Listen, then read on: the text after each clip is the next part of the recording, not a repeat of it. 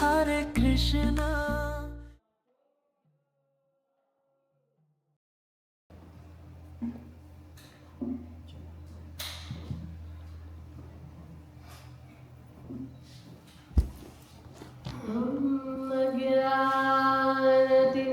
ज्ञानतिमिरन्धस्य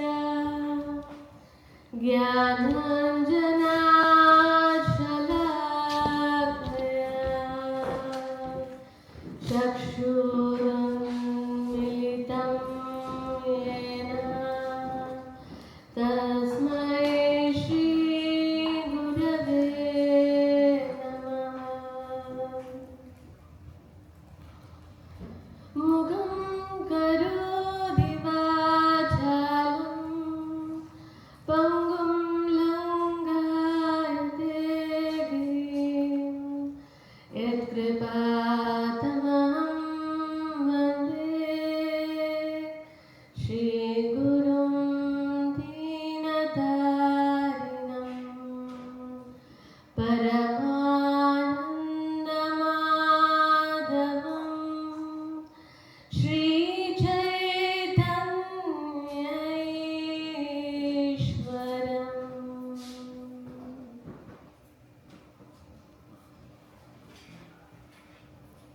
A very good evening to all of you. Happy to be here today with all of you. Nice to see Jake back. Oh, Danny. you might not have seen him. Yeah. Thank you. You have brought all your friends.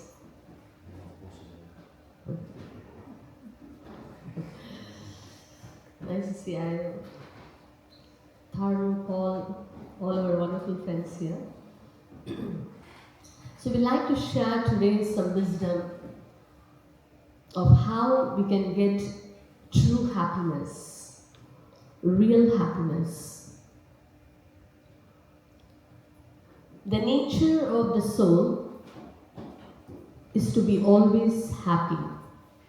That is our innate nature. In this world, whatever happiness we are thinking that we are enjoying is perceived through material senses and through our material mind. That is the reason why we are not able to be always happy. The platform in which we are trying to seek happiness is material. So we need to uncover. We have spirit. When we try to enjoy through spiritual senses, we can truly feel happy. We may wonder, what is that spiritual sense all about? This material body, what we have got, has got material senses. Similarly, the spirit soul, that is we have got spiritual senses. But currently, the spiritual senses are uncovered. Because it is uncovered, we are not able to enjoy the true happiness. For example, when my eyes have got cataract, if I try to see an object, will I be able to see the true object? No. I may think I am seeing everything. I may feel I am experiencing some beauty. But a person who knows that someone has got cataract, they cannot see things as they are. Similarly, when our senses are covered, we cannot perceive true happiness. When the cataract is removed, we are able to see everything wonderfully. Wow! Now it seems to be more beautiful, more wonderful, more amazing. Similarly, when we uncover and reawaken our spiritual senses, we will really experience true happiness. And what are this cataract, or what are those things which we need to uncover? We need to uncover our bodily designations, our identities. We think, I am an American, I am a British, I am an Indian, I am a man, I am a woman, I am white, I am black, I am this, I am that. These are all coverings. These are all material designations. And because of these material coverings, we are not able to be truly happy. But when we uncover this and understand that we are not this body, we are not just American, Indian, or British. We are spirit, soul. We are connected to the divine, supreme divine personality. And when we understand that, we can actually experience true happiness through spiritual senses. By reawakening the spiritual senses, we can get true happiness. Many times we have heard people saying, don't look for happiness outside. You may look here, there, everywhere. But true happiness one can only experience from within. We have heard this many times. A wonderful example is there. A musk deer. It is running to the caves, to the ocean, to the mountains, to the forest, looking for that scent, looking for that fragrance, everywhere,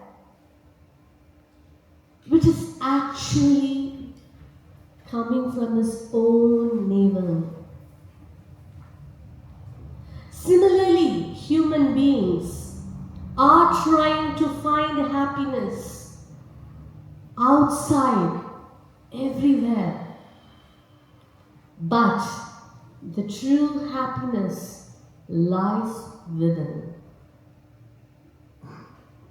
That means reawakening our spiritual senses. Okay, fine. How can I do that? We have a theory, but we have a practicals also. The wisdom text gives us simple yet profound practices. By doing so, we can awaken our spiritual senses. So how do we do that? Beginning with tongue. We don't have to go anywhere. Stani stitan shutigatan tanuvan manobi. Everything begins from tongue. The tongue is very powerful. It has two functions. tasting, talking. Eyes can only see, ears can only hear, nose can only smell, but tongue has two functions: tasting and speaking. So when we chant this powerful mantra every single day if possible, we see that our material senses, we are no more functioning or perceiving this world or our happiness through material senses. We are rising above. We are rising above and reawakening our true senses, real senses. And we feel true satisfaction and true happiness simply by chanting this mantra. Number 2, by hearing and reading. Read a page, be a sage. What a sage means? Sage means you become wise. Every day if I read a page, I am learning something. And I am rising my consciousness. I am reawakening my spiritual senses. My intelligence gets nourished. When the intelligence gets nourished, I am not seeking happiness through my mind.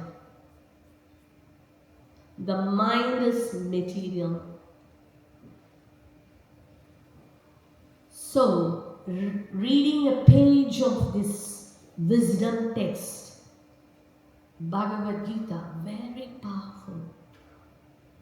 We have so many books here. You can take these books, just a small donation of acknowledgement, and you read and see for yourself. Even sometimes people like challenges, monk challenge, 7-day challenge, 21-day challenge, right? For health, various other things. Similarly, a reading challenge for a week. Read a page, be a sage. Is it working? And the third important thing, which is more powerful, is to render service. In this world, we are all rendering service to someone or other. Like a mother serves a child. Sometimes children serve the parents. The teacher serves the students. The student serves the teacher. The citizens serve the government serves the citizen. If I don't have anyone, I serve at least a pet or a friend or someone. So we all are doing service in some form or other to someone. But when the service is redirected to the Supreme Divine, then our heart becomes completely happy. We rise above all the bodily identifications and designations, and we see that our soul becomes supremely blissful. The divine can be called by any name. In Sanskrit, the ancient language, the divine is called as Krishna. One may call the divine in different names. No problem. This is not a religion. We are not sharing any religious principles. We are speaking universal truth. You may call the divine whatever the name you like, or one may even not believe in any name. No problem. But at least if you believe that there is a universal force, then that's fine. But this chanting, this reading, this service, when we come together and do, without any external designations, we feel truly happy. We can make a change in ourselves, and we can make a change in the whole world. Because people are fighting in the name of religion.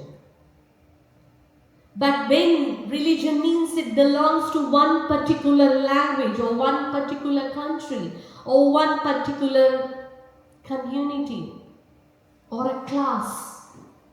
But when we come above all these differences, in the platform of we being the soul and we are trying to connect to the eternal divine, where is the question of difference? Where is the question of unnecessary conflicts? Everyone coming together and we are trying to serve with one common focus, with selflessness, and we can truly sense the true happiness. That is why we see this word volunteering. Even in schools, they have got volunteering. Am I right? Yes.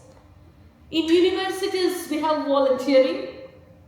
Even in the offices, corporates, volunteering means giving ourselves without anyone's force, offering some service.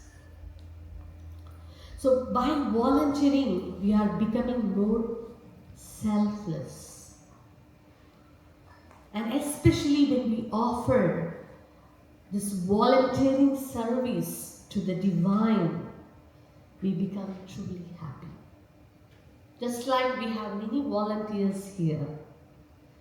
They come sometime early, put the mats here, set the mics, come together and sing, play the instruments like our dear friend. She always brings her instrument. That is a beautiful service she is offering. Shall we give a round of applause for her?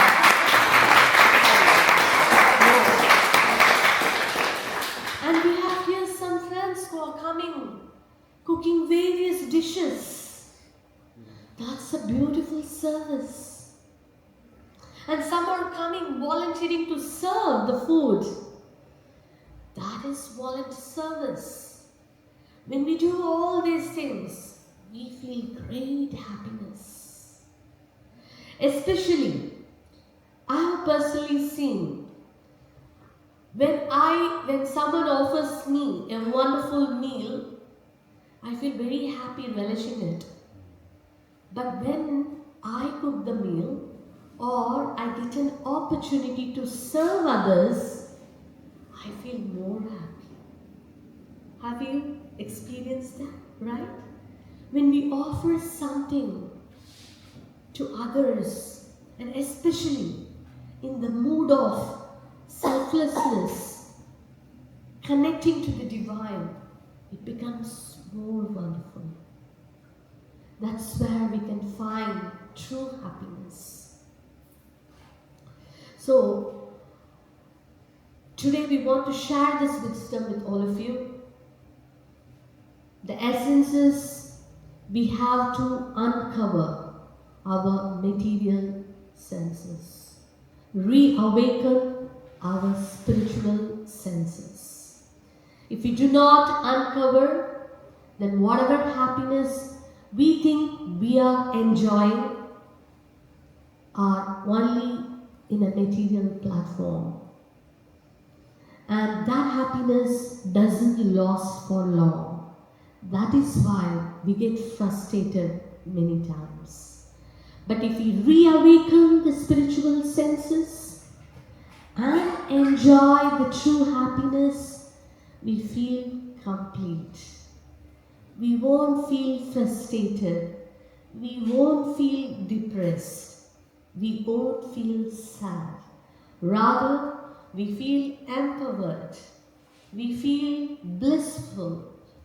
And we feel high forever.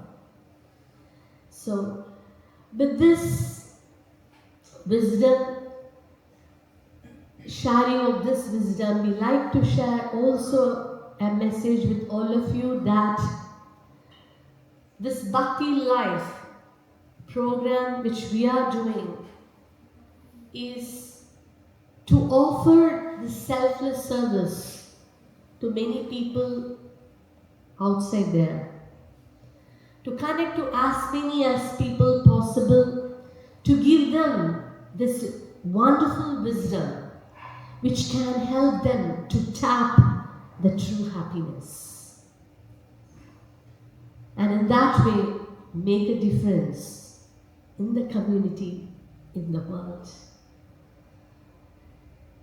In Bhagavad Gita, one of the very ancient Vedic texts, Krishna himself says, one who shares this great wisdom to others, that person is very dear to me. Because this not only benefits one individual, but it benefits everyone around the world. So I end here. Thank you for your participation, your eagerness to listen. Really appreciate that. If you have any feedback, you have any comments, any questions, we are happy to take it. Or anything you would like to share or add on, feel free to do. Well said.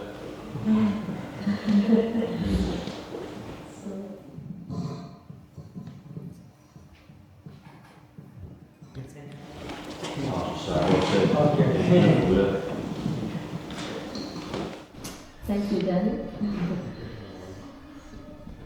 Anything?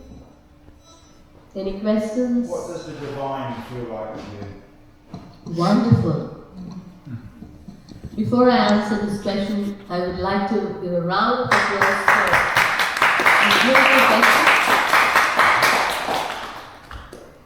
Divine, according to the yoga text, the divine can be perceived in 3 different forms as per the ancient yoga books. Some perceive the divine, the 3 phases, like there is a sun, sunshine, sun disk, sun planet. 3 phases or 3 different ways of perceiving the divine. Let me put it in this way. Some perceive the divine as a effulgent light, a spark, supreme spark, or a universal force beyond us, something very powerful. And some perceive this divine is seated in our own heart. That is why the great yogis when they sit and do yoga, they actually go deep within to see, to perceive that divine personality who is seated next to the soul as super soul. And the third way of perceiving the divine is to see the divine having a beautiful spiritual personality, not the form what we have got. The form we have got is material. The material form has birth, death, old age, and disease. The spiritual form, we do have a spiritual form as a soul, but it is covered now. What we see is the gross material form. But the divine, he has everything spiritual. There is no material. He has a body which is eternal, which never perishes. He never gets burned. He never dies. He doesn't get disease. He doesn't become old. That is the divine who has an eternal spiritual body, a personality which is full of knowledge. He is eternal and is full of bliss. Satchit Ananda. These are the three ways one can perceive the divine. Does it answer? Thank you.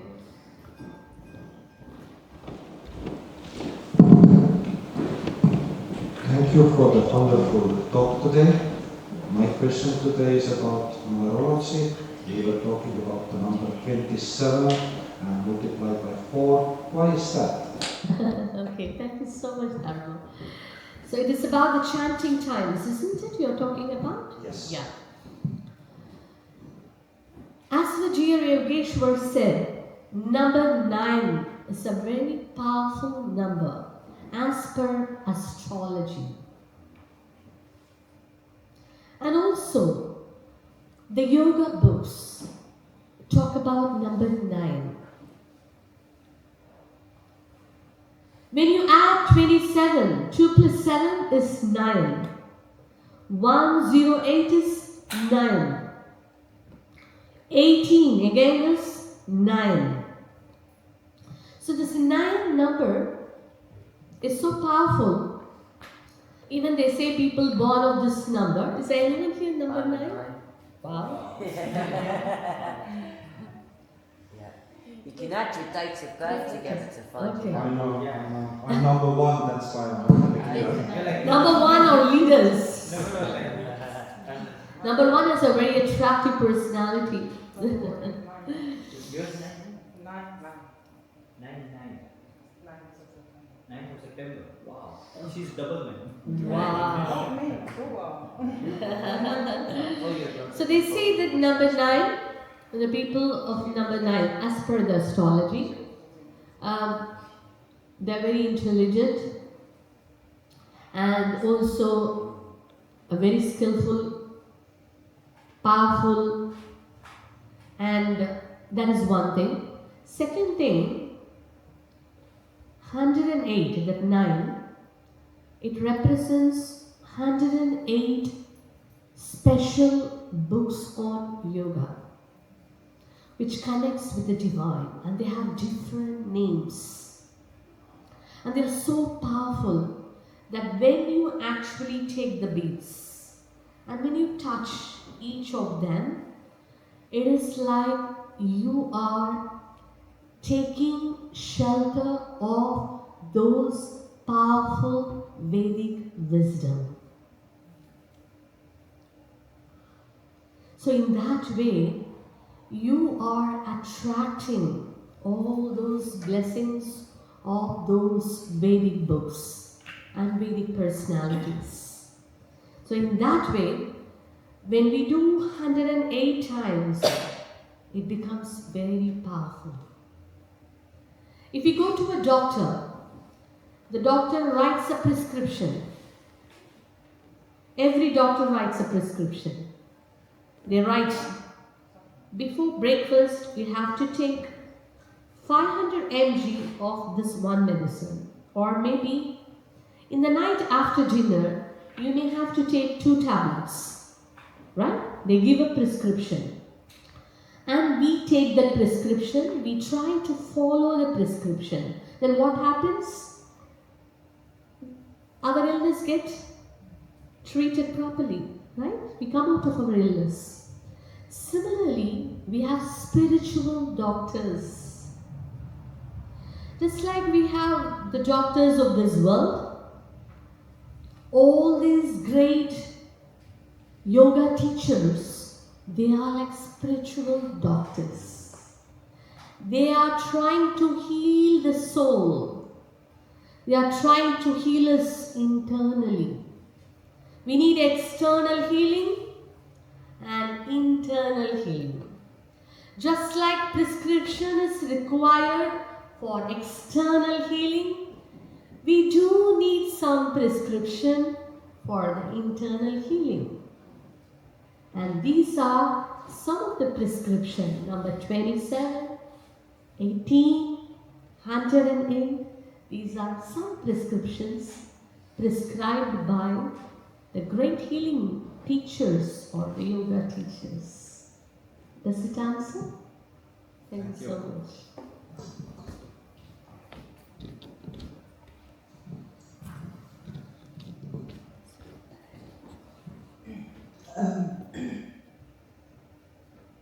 You know how you was talking about what we see is not who we are, that's not part of us, that inside. So how, I've been trying to connect to who I really am, to how that's, and I'm here to learn how to do that, to not only see what is right in front of me, and sort of pay attention to, the soul, who I really am. Who am I? Yes. Wow, that's so beautiful.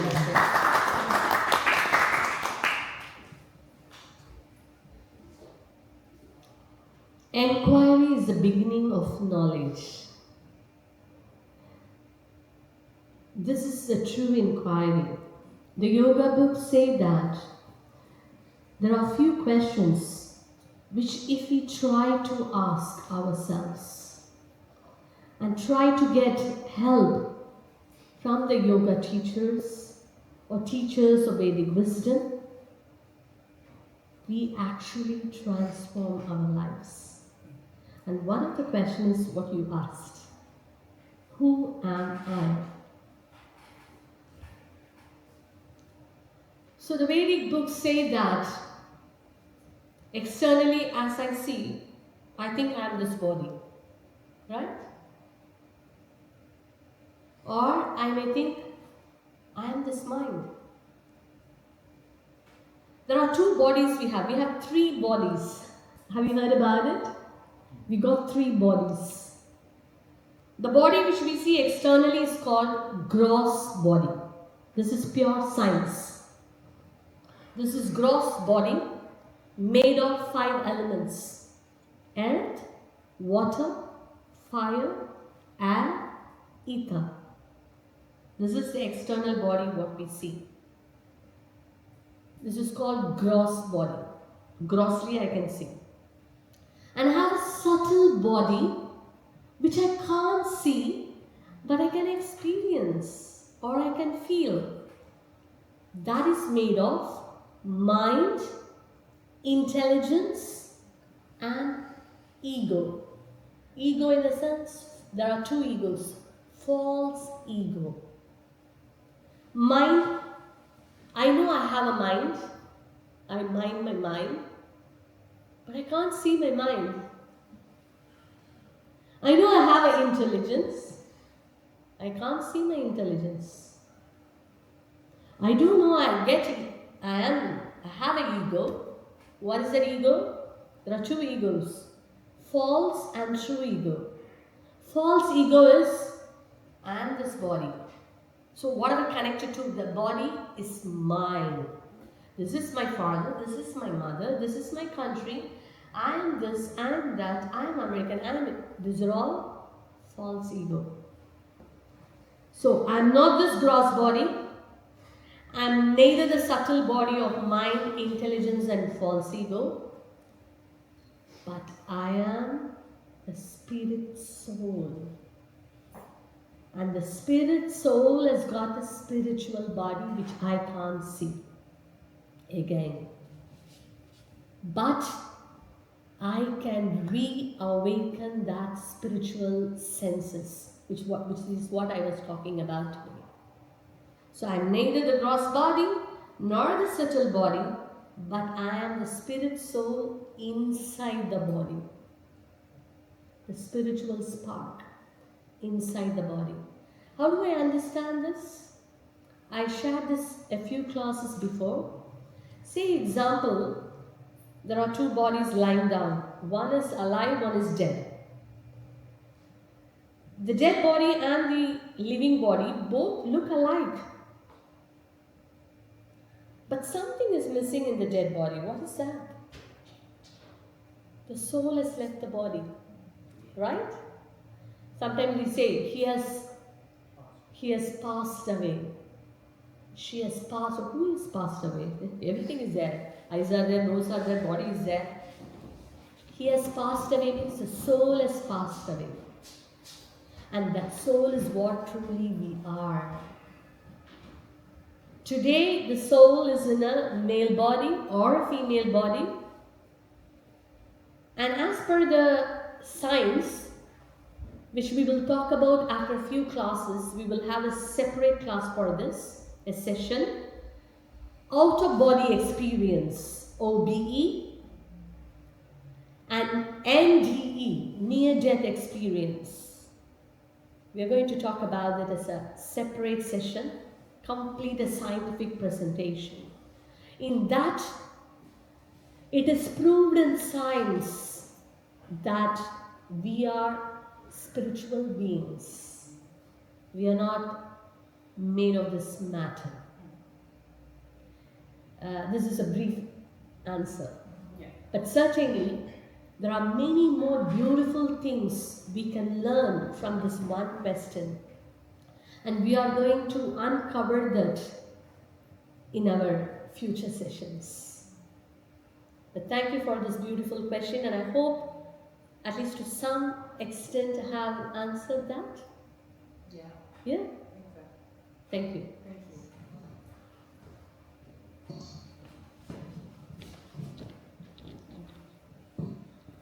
Would you mind explaining the meaning of the chanta Hare Krishna? Wow, that's amazing.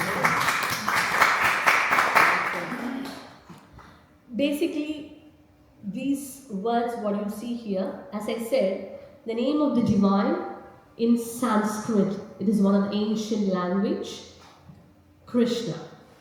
And the very word Krishna means all attractive. And Rama means one who gives joy, pleasure. By chanting this mantra, we are connecting to the divine, because we are by nature seeking happiness. The soul always seeks for the true happiness. So when we chant this mantra, we are connecting to that divine who is a reservoir of happiness, who is a reservoir of bliss, and in that way, I am actually connecting to that supreme divine. And in that way, I can truly experience the real happiness. So this is a mantra, a process by which we are reconnecting the soul to the supreme divine. And in that way, the connection, one becomes very happy. Just like a child with a small baby, if the mother is not around, the baby is feels lost. and it cries, right? That when the baby cries, then the mother comes, and picks the baby up. Then the baby feels completely sheltered, right? Similarly, we are like that baby. When we call out, just like the baby calls out, Mama, Mother. So similarly, we are calling out. When we are calling out, then what happens? We feel the connection with the divine. Then we feel, wow, so wonderful, supremely blissful. It's beautiful. And especially when we do, whether we know the meaning, you asked a wonderful question, but I just want to add to this. Whether we know the meaning or we don't know the meaning, we will get the result. But when we know the meaning, we can do it with much more emotions, right? Like a doctor gives a paracetamol. I may not know what is this paracetamol is made of. I don't know the chemical combinations. But whether I know or I don't know, if I take paracetamol, my fever will go. Similarly, whether I know the meaning of this mantra or if I do not know, no problem, it will work. But if I know the meaning of me connecting with the divine, I can put the best of my emotions. And then that connection becomes very fast. Yes. Thank you.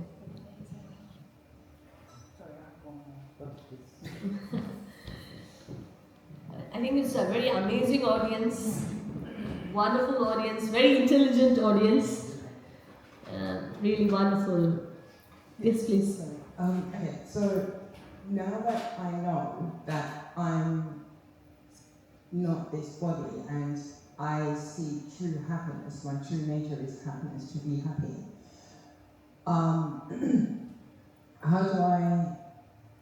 do we sort of experience that unconditional love, happiness, when the stuff out there that I'm experiencing, it doesn't feel so good, or it's not what I think I don't want, Exactly. whether it's positive or negative. How do I stay in that state of bliss? Yes.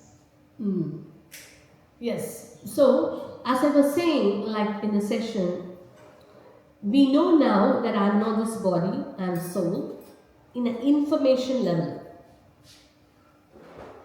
Correct? There is the information level, understanding level, and realization level. Just like when I go to school, 2 plus 2 is equal to 4. When I am a small kid, the teacher only teaches me 2 plus 2 is 4. When I go to the higher mathematics class, the teacher teaches me how the 2 plus 2 is 4 with various further extensions and details and descriptions, how I can arrive to that. Correct? Higher mathematics. So similarly, now what we have learned is an information level, which is good, the first step. Then now we need to go to a bit more higher level of understanding with clearly, fully. This is just one sentence, but I need to really dig more and learn. That's why I said, reading a page, be a sage. The more hearing, like you're asking questions, and the more we read, we actually understand how I'm not really this body. That's understanding level. And when I actually understand it, I really live by that. That's where the true realization. Basically, information, reflection, and realization. Realization is experience. But we do not have to worry. We have started the process. And how do I go to the next level of understanding?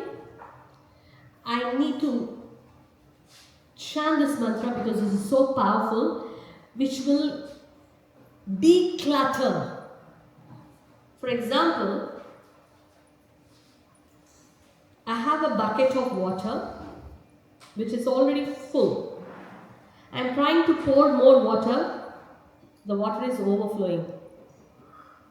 If I need to fill the pure water, I need to remove the dirty water first out and then fill the pure water, right?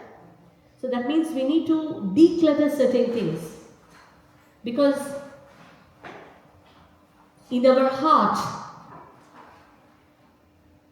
we have a lot of conditioning, because we have conditioned to this body.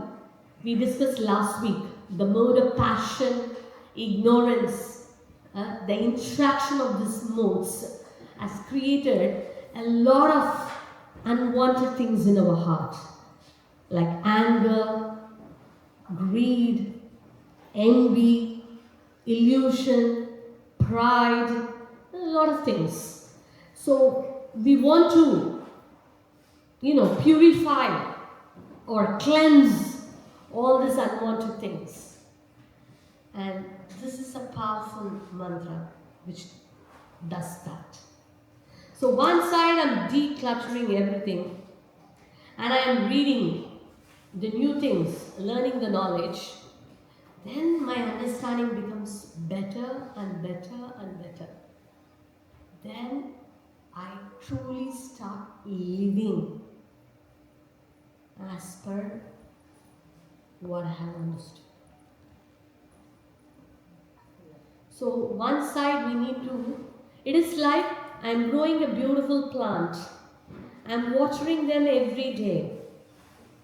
But I also need to remove the weeds. If I don't remove the weed will also grow along the plant. Right?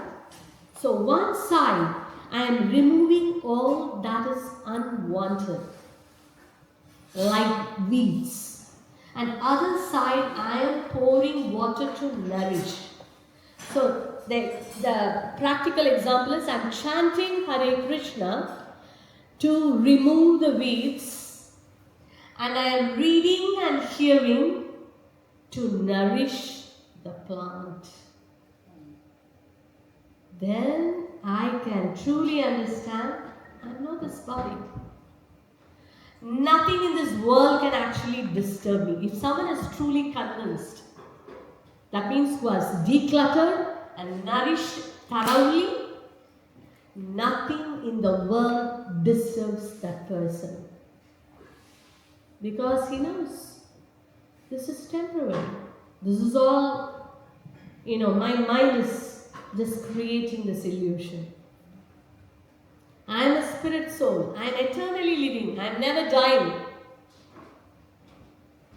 So that true wisdom comes and then we are undisturbed. That's why no one in the family can disturb us. No one in this world can disturb us. Sometimes someone may say a word and we feel so hurt. But if we have this knowledge, we think that, okay, maybe that person out of mode of passion or ignorance has reacted that way. That's all right. Just because he has said, I'm not going to be that person. You're not affected. Nothing affects. Rather, even a person who comes to disturb you, you actually positively influence that person. That is the power of this knowledge. That is the power of this knowledge. I am not becoming negative by others' influence. Rather, I make others positive. Even the negative person I make positive. That is the power of this knowledge and chanting this mantra. Just like everything needs time, when we do it for some time, we feel that experience. Even a plant also. Some plants take 6 months to really grow. Some takes 1 year. Some takes its own time, right? Similarly, we also have to give that space. When we do it on a consistent basis, we see that, wow, yeah, I can see that. It's working. So it's like, we need to give that time, have to have the patience, but we need to be determined. And then we see the fruit fructifies. Yeah. Brilliant question. Thank you. Yeah? And the chant, do you need to do it, like when you're just starting out, do you have to do it like 108 times at first?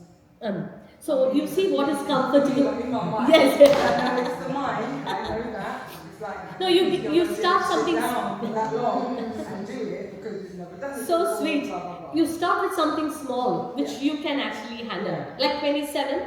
If you think 27 is okay, it is again a good number. Yeah. Or you think you want to start with some other number, no problem. Yeah. But the best practice recommended in yoga books is start something small, but go forward. Don't go backward. Say, for example, I've started 27. The best practice recommended is to do 27 on a consistent basis.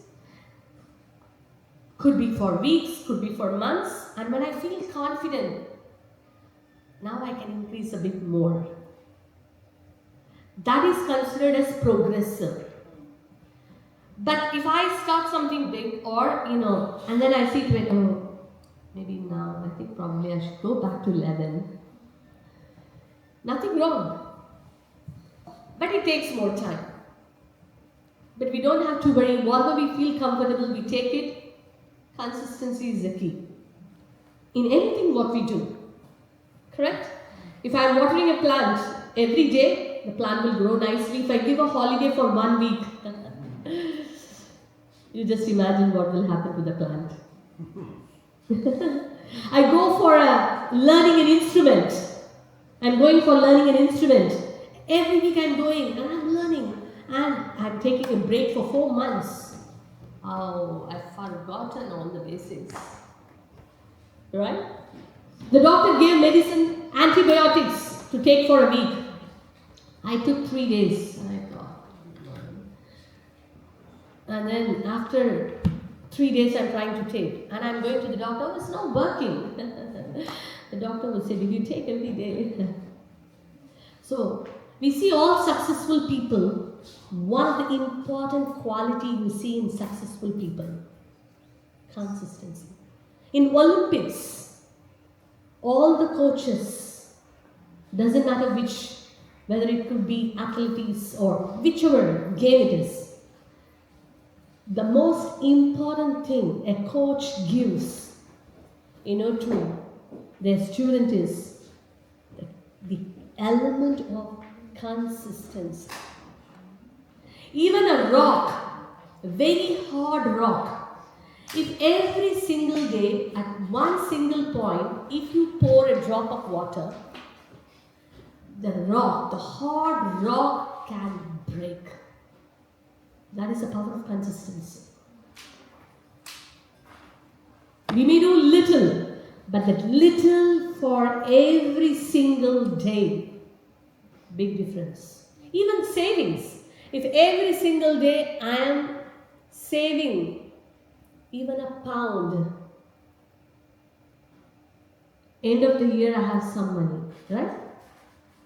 I'm saying even for the children, if they say they put in their, pocket money, it is something big. So every consistency, something I'm doing on a consistent basis gives great success. Thank you. Amazing.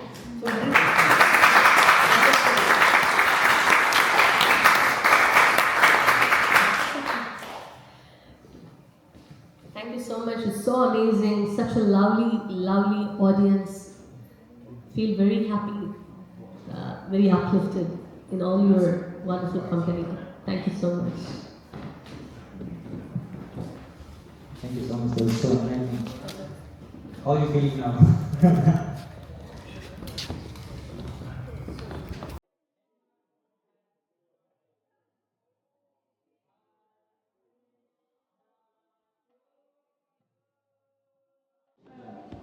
from that day till this week or even next week? Anyone's birthday in August? So we just wanted to wish you. So yes. Ross, you have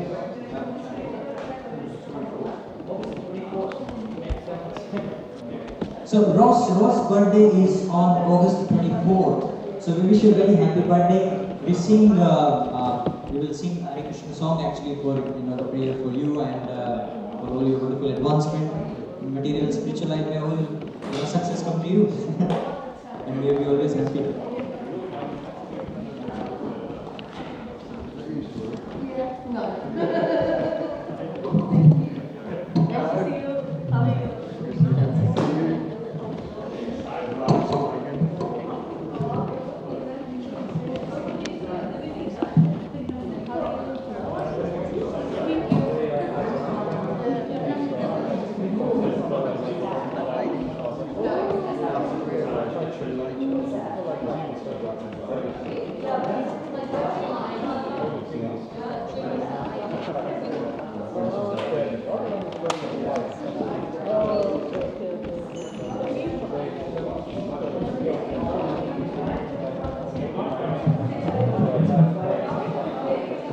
So we are going to sing and dance for just for 5 minutes and then we will take the meal. So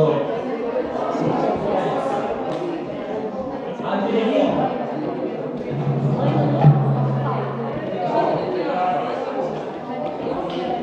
Are you ready to sing and dance? Let's do it.